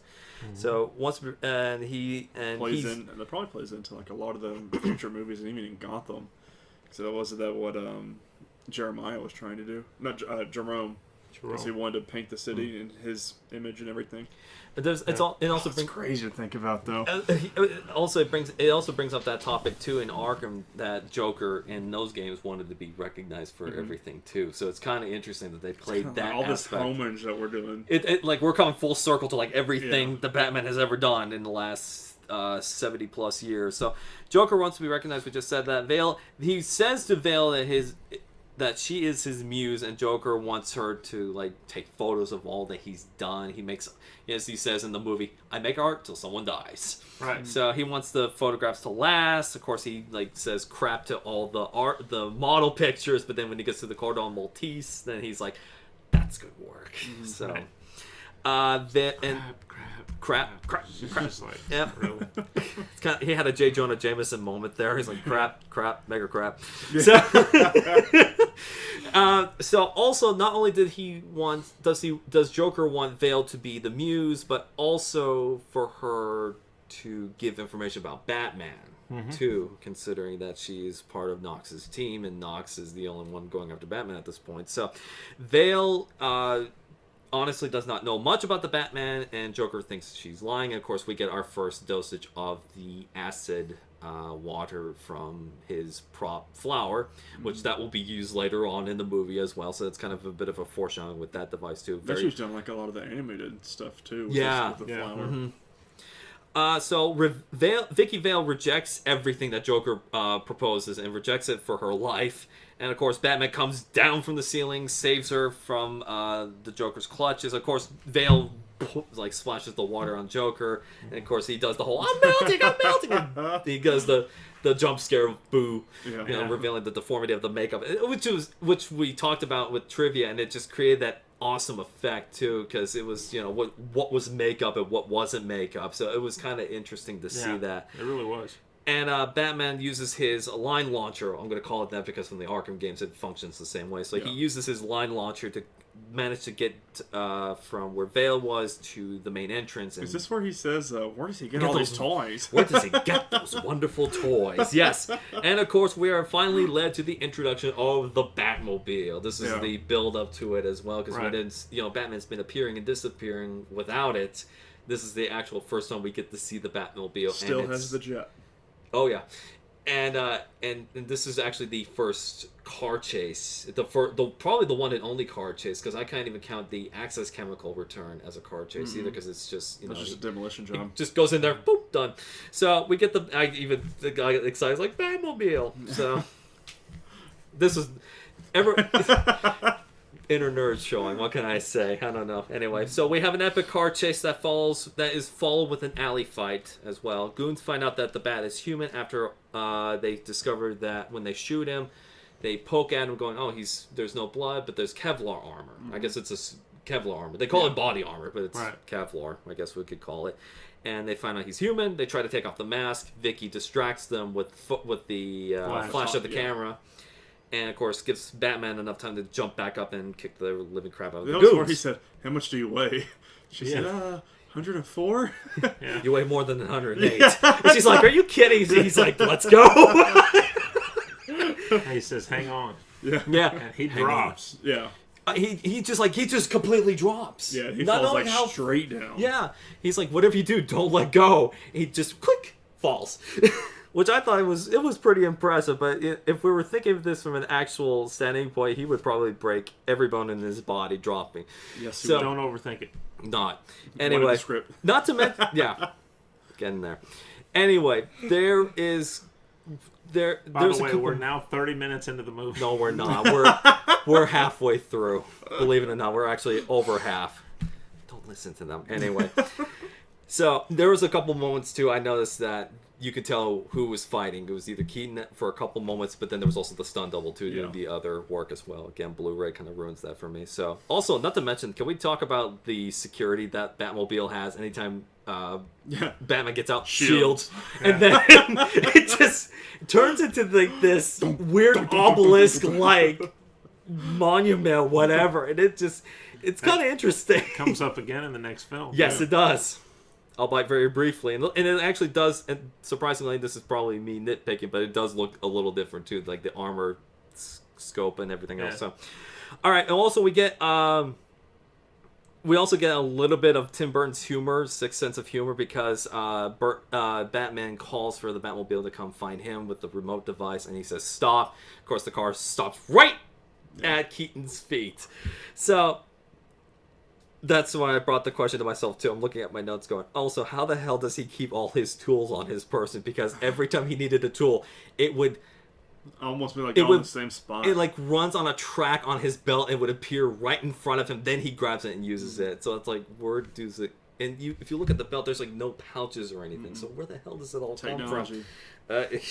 We already know he was working with the military from Batman 1966. Cartoon plot holes still useful to the 80s movies. Anyway, so also not to mention, can we talk about the fact of like the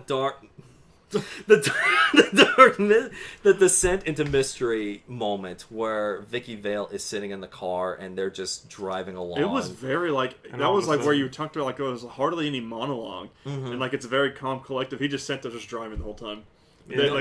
No conversation. It would have been no monologue. Who are you? Why are you taking? Where are you taking me? And then it looks like they're about to hit that wall, and they're in the. Do you think he did it for theatrics, trying to show off? I guess I don't know. Yeah, but it's just the silence of the whole moment. I think that's why it is so memorable. It's just it's the one line. Where are we going? Nothing is answered, and also Vicky Vale's face when she's looking at Batman a couple of times, like you can see she's starting to like feel like she knows him somehow, you know. And then She analyzes him a lot. Yeah, because Batman the does this little journalist body over there. pivot like a couple of times, and then he goes, "Okay, time to go."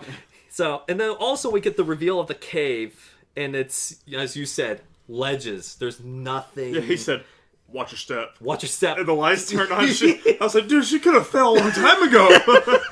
She could have fallen off. He could have fallen off. It's like, one trip, you're done for. Oh, man, she's right at the edge. Yeah. Yeah. She didn't even act surprised about it. Also, why does he have one bat in a cage? Yeah, and all the other ones. It was rehab. It was broken wing. They're or great something. survivors. Yeah.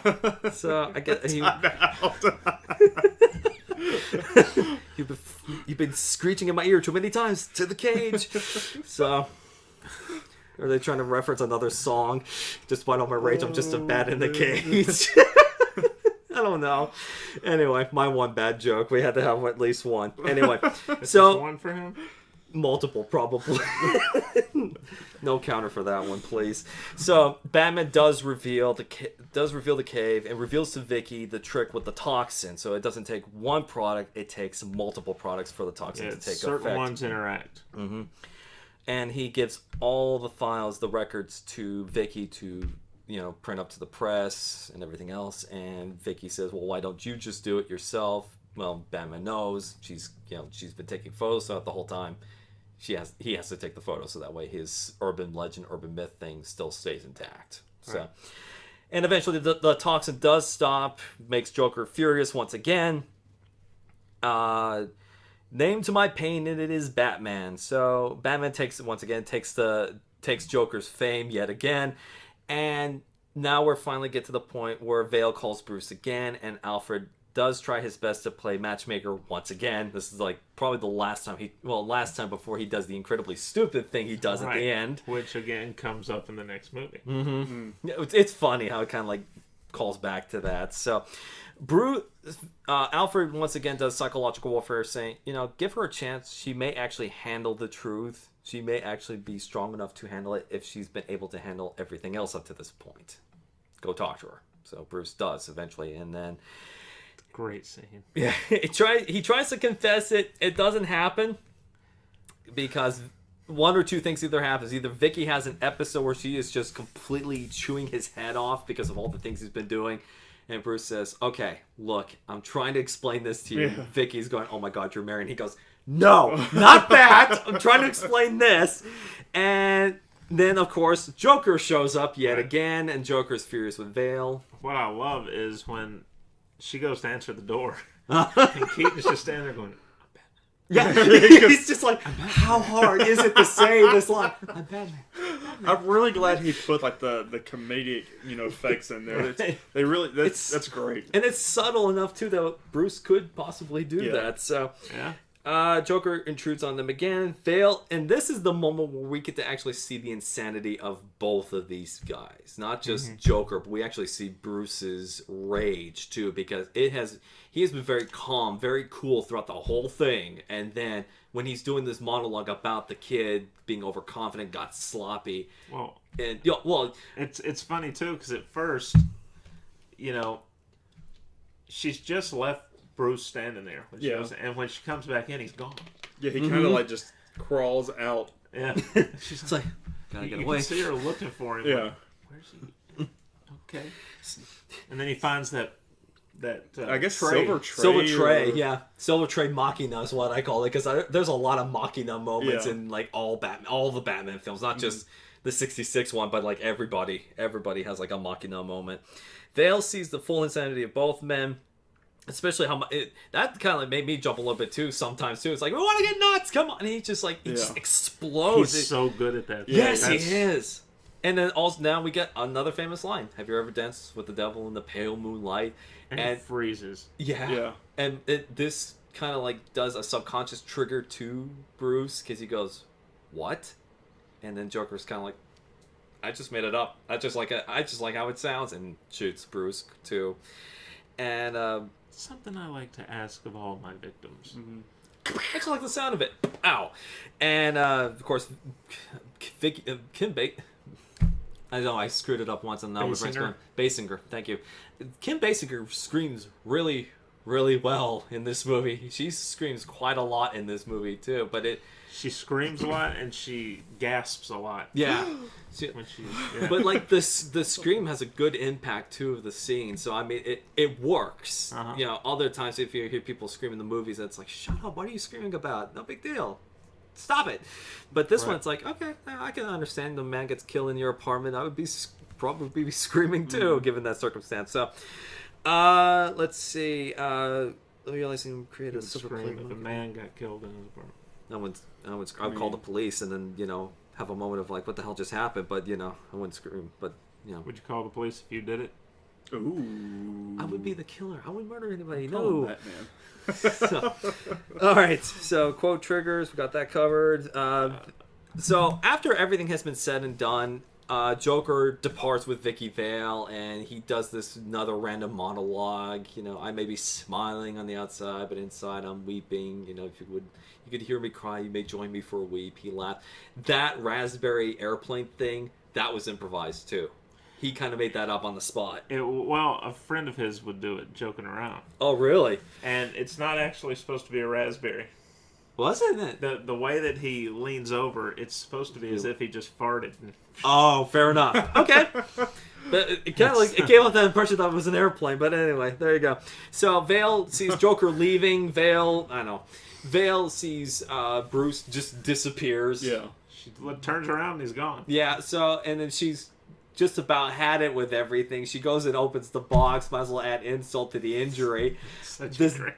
The dead roses by a mannequin hand being lifted up. And again, we get a scream and she faints. Yeah.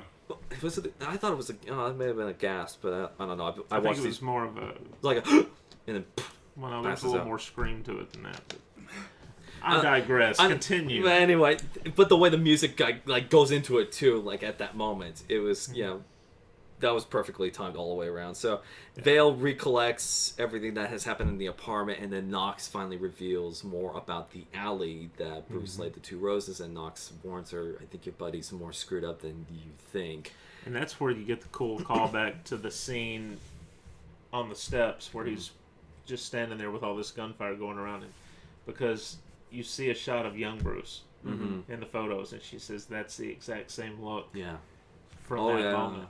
She saw it on his face already. It's kind of like it was reliving that moment. I didn't think of that. That's actually That's the really first time cool. we've seen That's really cool. like their murder scene type thing, wasn't it? Yeah. I mean, we've only got 2 movies to go off of, I guess, but that was Yeah. still like the That was iconic. the- We see what happened, the Yeah. pearls, the yeah. Everything. Bruce plans for his assault. We see it on the map that he's looking at.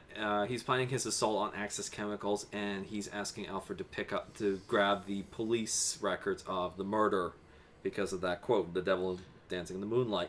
So Mayor plans to cancel the birthday festival, and Joker interrupts yet again with his... which was a weird broadcasting because it was like they had the 2 screens, and he would wipe the screen and it would wipe them. I was like, what are you doing? I was like, that doesn't work like that. And then, like, when the Joker was talking, the mayor and Dent were sitting here, like, looking at the screen. They know beside exactly him. where to look. I know. I It was was like, weird. You're not. I was like, there's got to be like a TV of them or something out there. I don't know. The only thing I could imagine with the split screen is if people watching the broadcast were seeing a split screen. Oh, okay. Makes- That's what the that wife makes and When he everything. did Okay, the that'll make a other lot more wife, it sense. finished them off and pushed them off totally. Probably makes sense. Okay. So, Joker, Mayor says they want to cancel it, but Joker says, nah, come on down. I'll provide a party for you guys. Truce, como so festiva, is what he's trying to say. And also, not only including that he's going to give away free money at this festival for a charitable, act for Gotham, but he also wants Batman to be there, too, to have the last laugh, I guess you would say, the big battle between Joker and Batman. And Batman more or less does accept this battle because we have the actual first of many times we see the origins of Bruce Wayne losing his parents to originally Joe Chill, but for the movie and for the emotional connection that we get, it was the younger Jack Napier. Right. And of course, Those are two different actors, weren't they? Yes. Yeah. Okay, I was about to say because they didn't look anything alike. No. So we finally get the origin story in full, and then we we bring up to Alfred's. This would have gotten him fired otherwise in the other comics and everything else that has happened. Alfred brings Vicky Vale to the Batcave. Yeah, just walks. Well, I think because they already had that conversation that he was going to tell her. Yes. And he probably just said, "Well, he doesn't have the courage to do it. I'm just going to walk her right on in." I'm just going to do it for him. Yeah. Not one of Alfred's greatest moments, but after this point, I would be tired. Yeah. But I did write down, Alfred had one job. I think the reason that she doesn't return, I don't think she couldn't handle everything. Probably. I think they actually pushed her off one of the ledges. There was no guardrails. I mean, I don't know about that. You know too much. So Vicky and Bruce do have a moment to talk about what is revealed to them and how they're going to cope with it. Are they going to continue on with the relationship? And it's a very they're not over dramatic about it. They're just having a normal. They're having a normal conversation. They're going, are we going to be okay after this? And Vicky says, it doesn't have to be a perfect world. Why do you have to keep doing it anyway? And Bruce Wayne gives a reasonable answer. He says, because no one else is going to do it, and I'm the only one that can. So, and that's when he suits up one more time for another, I said, epic Batmobile scene part 2, which was the raid of Axis Chemicals, where the Batmobile just goes right in. It's really not even a raid. It's not even a raid. It's just Batmobile going into the plant. Guards are shooting the Batmobile. Goes into safety mode. The bombs are plump, which is another thing. Because we, in Batman vs. Superman, everyone's like, "Oh, Batman doesn't kill. Batman doesn't blah, blah." I'm like, he murdered those people. There was 20 people, and he just dropped bombs at their feet. I was like, he kills. Well, he just flats out killing an entire factory full of people. These people are not very bright. No, now, you know that when you're firing a pistol at the Batmobile, it's not going to do anything. No. So why are you... I would just why wait stick around. You're on, dude. Have fun. So, okay, we can also say that Michael Keaton's Batman does kill. So, because they really don't bring up the no-kill factor. Well, the 66 Batman they do because it's the campy cartoon, but this is the adult Batman. This is the darker, edgier Batman. He does kill, only when he has to, Sometimes you have to. So...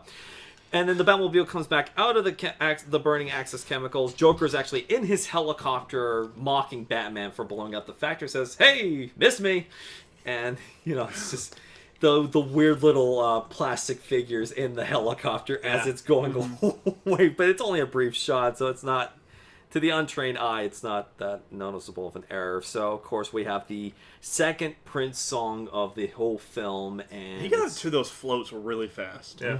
So. He got them pretty quick, yeah. And on the Blu-ray transfer, this is... I mentioned this to you earlier. Yeah. There's a distant shot of the float Joker's on. It's got the 200 on the front and everything. And it's very, very grainy.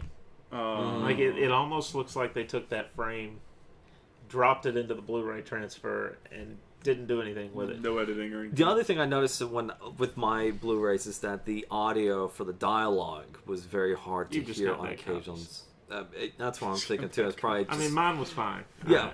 But I bought a different set than you did. Yeah, that's true. So the individual sets may have problems. So we'll see what happens with the next one. So Joker upgrades the toxin to his infamous Joker gas, where he says to the little people that he will leave them of their miserable lives. But as his plastic surgeon says, if I'm going to go with a smile. And of course the gas is leaked and chaos ensues once again. Did you know that there was a scene shot of that sequence when the money's dropping? Mm-hmm. Where the people start to revolt because they see that the money's not real. I remember that. Yeah. Joker's face on it. Which calls back to the museum. It's too... Yeah, it's too... He says, the $1 bill. It's too bad they didn't add that to the final film. That would have just That would have made I more see sense. your That would have been, take. you know, a dark humor about that too. There's Where another did he scene get cut. the $200 million? Yeah, there was another scene cut too that explained why there were no police there because they had gassed the police. Oh, okay, makes So, sense. Tying Makes up sense. loose ends. So, all right. With the gas and the pandemonium happening on the streets, Vicky Vale trying to escape the gas, as well as Knox trying to hit the Joker guys. He's the only one that says revolt Knox against is a hero too, Knox though, is dude. I thought He Knox- knocked on his truck. He said, dunk, dunk, and then the trunk opened. I was like, dude, you need better security. I thought when loose when, hinge. I thought when you were saying that, like when Knox trying to hit, I thought you were going to say Knox is trying to hit that. No, trying to. Wow. Anyway, He's been trying all film. nice. We're gonna die. You want to? He's somebody I really think they should have brought back for this for returns. They really. I Yeah, think he would have added something to the film. I think the news. He's kind of like a Jimmy Olsen type vibe Yeah, a little bit. to Superman. That's just my opinion. I mean, it would have A worked. little bit of comic relief. True. So Batman comes in with his own helicopter, or not really helicopter, it's more of the Batwing. Love So he that goes. thing. It was love that thing. again great music, great cinematography. The whole just like When he goes straight up in the air and then just The free falls. falls. That- Oh, Oh, right from yes. the moon. Beautiful. Well Very done. Yes. Love it. And you know, eventually Batman does succeed getting rid of the balloons, and of course he's That was doing. so Yes, Those he got are rid of my the balloons. When did someone tell me I had one of those things? And of course, not knowing this information gets poor Bob fired. No. Quite literally. Poor guy. Bob is dead. Rip Bob. Anyway, so and also the reason why Batman does the whole moon thing, not only for just cinematography purposes, but the fact is he's going back down to finish off Joker and his He was gonna kill him. and he's got straight Gatling guns, rocket missiles, you name it, he's gonna kill him. So, however, we are now introduced to one of the probably the funniest and probably the most cringeworthy moments of this movie, the worst targeting system that Batman has ever owned. Because he has all these missiles and the Gatling guns, and he's got this targeting system, and it's dead on Joker. Fires everything, and it misses him. You know what I bet happened? Huh. I bet Joker had that frequency jammer that Batman Oh, had in in 66. 66. Oh, Yeah. well. That makes The sense. batteries are dead. Worst targeting system ever is what I put down for the notes. That makes sense. That's That pans out now. the funny thing is that even when Keaton like pulls the scope back, he has that you can't tell because of the mask, but you can tell in his expression with his eyes and mouth, he had that look of what? That didn't work. He's like, it missed. That all missed. I shot everything. Well, what bothers you? Who did he hit? Right. There's a ton of people around there, right? All these citizens. There's Dummy missiles. Where did it all go? Where did it all gonna be a go? lot of job openings. So, of course, it's even funnier that the Batwing is shot down by one of the most ridiculous props that Joker has shown to date, which is this very long-barreled Magnum gun. Dude, that was huge. He pulls it out of his trousers like a sword. Careful. Well, Yeah. It worked though. It I mean, worked. Somehow, like bullets ricochet off of the Batmobile, but the Batwing. Let's not put that kind of armor on it. And so, Well, the only thing that you could maybe logically say at the time is that armor would have made it too heavy. Yeah, okay, that works too. Can't fly so fast if it's. Yeah, I mean, if he hadn't flown that low, Yeah. he probably. wouldn't have had an issue. Yeah, no. All right, so with the Batwing shot down, during the aftermath, Vicky Vale is trying to find Batman, but he's obviously not in the cockpit. He's disappeared yet again, and Joker just appears on his own and says, "Darling, I gotta get you to the church on time." And he looks up to the tower. They have the cathedral. We have the cathedral scene. Yes, our improv ending as we go So along, funny. which is That just makes it I so love the much fact better. that it's filmed in real time. Yeah. yeah. When he says Brilliant. 10 minutes, it actually takes 10 minutes for the scene. So, of course, now that we find out Batman is still alive, albeit a little bruised, a little wounded, now the stakes have risen once more that, if he doesn't go after Joker, Vicky Vale may be kidnapped, tortured, killed, what have you.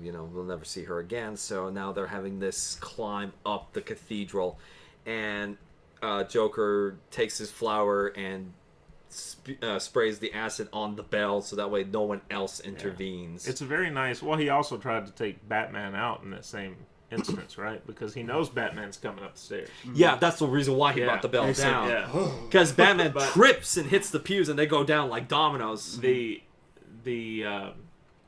parallels, if you will, the homage to Hunchback of Notre Dame with the Beast, right? The one who's different taking the beautiful girl up to the bell tower. Oh, interesting. I never thought of it like that. That's interesting. Cool. I mean, it is, because I was like, never really thought of Hunchback of Notre Dame. I'm like writing a paper on that for the musical. Oh, there you go. I just helped. Yep, you did. That'll be $50. No. No. I'll split it with you. No, we don't do profits. We do percentage of the percentage profits. of the gross profits. We've learned here. Yeah. Thank you, Jack Nicholson. Yeah. So, and also we got the Jim Gordon is the only. I like how Jim is the only one trying to push the bell. And what doesn't make any sense to me is there's a gap, like a real big gap. Yes. Someone could have just like hoisted them up and they would have gotten through. Eventually, but whatever, But they're like, no, can't do it. Let's go. It's like get the signals spotlights now. on. Yeah, Get the spotlights. All right. So, Wow. and I put down in my notes too. It's like they probably could have done something a little less dramatic with it, but meh. There you go. It's a comic book movie, and it's a really good one. So, of course, we get to the bell tower, and Joker says, "I may have a bat in my belfry," which signals the men to start going around him and try to find him. Of course, the building is not built the way it should be, so some of the men don't succeed in battling One the dude Batman. just jumps off and just falls right to through the floor. He just turned back. Another guy does all these somersaults, and Batman just like puts up a metal plate and just bashes the guy around. So, oh man, again, well choreographed for the most part, and especially just Joker and Vicky Vale just waltzing around outside near where the helicopter is going to be. So, and after I love the real quick the bit where he says it's like Beauty and the Beast. Although if anyone else ever calls you Beast, I'll rip their throat out. And it's, and it's interesting that line comes back again in Batman Returns with the Penguin saying to Catwoman, "Beauty and the Beast." Yeah, right. We'll get to that that's shortly. the next week's show. Yeah. So Batman Returns, the devil quote, and because Batman survived, Vicky Vale sees that Batman survived the crash. She starts kissing the Joker. Yeah, trying to distract the Joker, and it builds up we that. don't see what happened. No. But he gets a look on his face when she drops down below the camera. Mm-hmm. But it stops up immediately. Yeah. Yes, he did. I have a dirty mind, so I thought of that immediately. I was like, why is he kissing her shirt? I mean, she was kissing his sleeve and everything. Yeah. Whoa! I was like, oh, okay, that makes sense now. Yeah. So, of course, that immediately stops with Batman going, "Excuse me, have you ever danced with the devil in the pale moonlight?" And he just whacks him right in the face. And these false teeth come out. Yes. Start chattering along on the ground. And Batman and Joker have this aggressive conversation with each other as they're throwing punches at each other and saying that who made who first. And Joker saying, "Well, I tried to get over the vat of chemicals, and don't believe me, I've tried." And he throws him through the wooden panel, and then Batman's... It's just interesting that Batman says, "You killed my parents, you killed them, you made me first." That Joker doesn't take the second to recognize that's Bruce Wayne. He just goes, "Well, what do you mean I killed your..." He just takes that information and it's just like, okay, fine. He's probably killed a lot of parents, though. Yeah. So Probably. he probably wouldn't. Which ones? It's like, oh, not surprised. Can we be more specific, please? So, and of course, he puts the glasses on. He's like, "Come on here, guy with glasses, huh? And whack, does it again." To which we have the fake death at that moment because we think, is it done? And then Joker pulls them down for another jump scare, and you can hear I like how haunting that laugh was when it starts building back up again. We see Vale and Batman just dangling over the cathedral, and Joker's just dancing, mocking their position. He's just throwing names at them and everything and try to... breaking those bricks off. Yeah, they don't make them like they used to, and he's just like kicking the stone and everything, and he's lending them a hand, literally, like it's a fake hand. It's just very well done. Of course, the helicopter comes, and the Joker says, "Oh, time to go. Drop by anytime. Of course, that's like the last joke that Joker will ever give off, because Batman pulls out his, once again, his grappling gun and makes 2 tethers, one attached to the gargoyle, one attached to the Joker. And, of course, they don't make There's it like... no way he planned it out that way, though. No. There's no way he did. It was probably a final attempt, but then again, they've been hanging onto that ledge for a good couple minutes, so he probably at least thought of something. It's like probably a last minute, like, well, this doesn't work, we're going to die. Yeah. So, and it's like everything else I'm kind of emptied out, so because of that utility belt, man, it just doesn't hold a lot. So... Of course, Joker has his last laugh until the Batman pulls off one more stunt, which was the gargoyle. Of course, the gargoyle breaks off, which, you know, if that were to happen in real life, Joker would probably have he'd probably have his leg completely severed off, you know, but it's comic book. So, of course, Joker's losing his grip off the helicopter, and his henchmen decide not to help him for whatever reason. Right. And Joker falls to his death, which was your next. Next. I saw your eyes. That's always had problems, and it's. Yeah. I mean, it was the technology of the day. Yeah. Filming that, it's very cartoonish as he falls. You know, because they've got the shot from above, and I don't know how I'm sure it was just a pad that he fell onto with a green screen or something, but. It just doesn't look good. I have to watch it again, because I think what's going through my head is that I think they actually drew it. I'm talking about when he first starts falling from the helicopter, and it's a shot from above and him just dropping out of sight. It just doesn't look good. I don't know what it is about it, how they shot it, but it does look off, I will say, because even to me, I'm kind of looking at it today going, how did they, what? So, it looks really... There's something off. Nothing right about it, So Batman and Vicky they lose their grips too. They're trying to get up, and then they fall off as well. But fortunately, Batman has one more grapple shot in his utility belt left, which is a grapple machina. I'm going to be using that joke quite a lot for these next coming movies, especially with Batman and Robin. I'm going to be ripping that apart, so help me God. Batman and Vicky fall as well. Say it now. Batman and Vicky fall as well, but are saved by a grapple machina. Joker still does have his last laugh, though, even though it's a recording of him laughing. Yeah, they held him like a little sack, and I didn't understand that joke. Was it just like a part of him just laughing? Yeah, because I didn't know if it was like a bomb or something. Because he just pulled it out. It was just one of his gags laughing. that he had. It's to make sure that he has the last laugh. Okay. Even in death, he would have the last laugh. So that's the joke. He probably triggered it on his way down. Yeah, probably. It's kind of weird. I would honestly think that would be used in sequels. Like that would be like a beacon of sorts to like maybe call in like other villains or something to that effect, or something like, I don't know, to take the legacy back up again. I don't know. Kind of an idea. Neat idea. So Batman leaves a parting gift for the police, a la the bat signal, since joining. It's the first time we see was it in '66? No, they called them. They just called directly to the bat phone. Yeah, the bat phone. So they didn't have to have a bat signal. They just called for the bat phone. How will we get in touch with them? He gave us a gift, and they turn and it's just a giant thing. But well, all right. That's what they did with the comic books too. They didn't really call him, but they just kind of like send the signal out so that way, because they don't want him to be completely associated with the police, but he's just like an agent, just like trying to help out, so that way no one else in the GCPD will get killed. Well, that way there's no need for a bat phone on a bat table. In a bat cave. With a bat phone book. And a Batman. Bat phone book. So, and Vicky Vale, not screaming in this scene whatsoever, finally. She's been screaming a lot since then. So, Vicky Vale's walking along the street, and Alfred is there to pick her up. And Alfred says, well, Mr. Wayne will be a little late tonight. He's got, work tonight. And Vale, ha ha ha, I'm not surprised. And then, of course, we have the epic final Danny Elfman montage dedicated to Batman. Which That's is the last time we see Vicky Vale. It is. And that's it. That's the end of Batman 1989. Jack's done. Good lord. That was longer than the movie. Guys. 2 hours and 6 minutes, guys. Come on. The only thing left to do is to rank this bad boy. Of course, how we do the ranking is we will give it a score out of 1 to 10. 10 being the best movie, 1 being not even worth watching it. And then we'll each give our perspective letter grade, just like we do for Nerdwide.com. You have no idea how bad a movie would have to be for me to give it a 0 and tell people not to watch it. Yeah, that's I can't think of any. Wait a couple weeks. I think you should watch a few bad movies so you can appreciate the good ones. Right. That's true. That's point. true. Well, Chris, let's start out with you. What we got?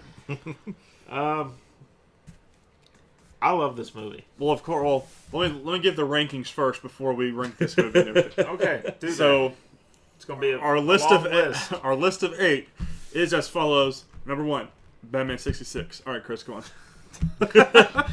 This was a really good movie. I remember the excitement back in the day because I was old, and some of us weren't even around yet. Wasn't even a twinkle in my father's eye. Kim Basinger, perfectly cast. Yeah. Michael Keaton, perfect. I mean, there wasn't a bad casting decision in this movie. No. I think if Gordon was going to have a bigger role, you might have gone a different direction there. Yeah. If I didn't have any problem with Billy D. Williams as the I thought as Harvey Dent, he did really well. All I could think of was Lando, though. That's just me. But it was one of those things where it would have been nice if they didn't have any intent on following through with that character with him in the role, if they just cast someone else from the get-go. Yeah. But they didn't have Tim Burton didn't even know he was going to do the sequel. Yeah. So you can't really fault him for not planning ahead. Yeah. There were a couple of scenes, like with the Joker's death, where it was the cinematography wasn't great, but for the most part, it was really good. Danny Elfman's score, Phenomenal. amazing. Phenomenal. Yeah, it's not a perfect film, No. but I'm going 7.5 out of 10. Okay. What about your letter grade? It's gonna put it right around a B minus, shall we say? All right. Oof. Jack? I thought that was kind of low, actually. Surprisingly, Really? but yeah, because I love this film, and it's always nice to go back and watch it again and just remember all the excitement of seeing Batman for the first time, to see the Batmobile and hearing the famous lines from the Joker. I mean, it is just it's just nonstop fun. It really, truly is. If there's a Batman movie I would have to recommend for anybody to watch for the first time, it would be this one, just to it just established a lot of what is going to be further developed in the future Batman films that we're going to review. So, yeah, and I do agree there were problems with, cinematography. You could tell who was the stunt double, who wasn't. But this is the movies of the 80s at the time. Still not perfect, but there were some moments I kind of saw a wire or two, or, the Joker falling off the cathedral. It was kind of, weird.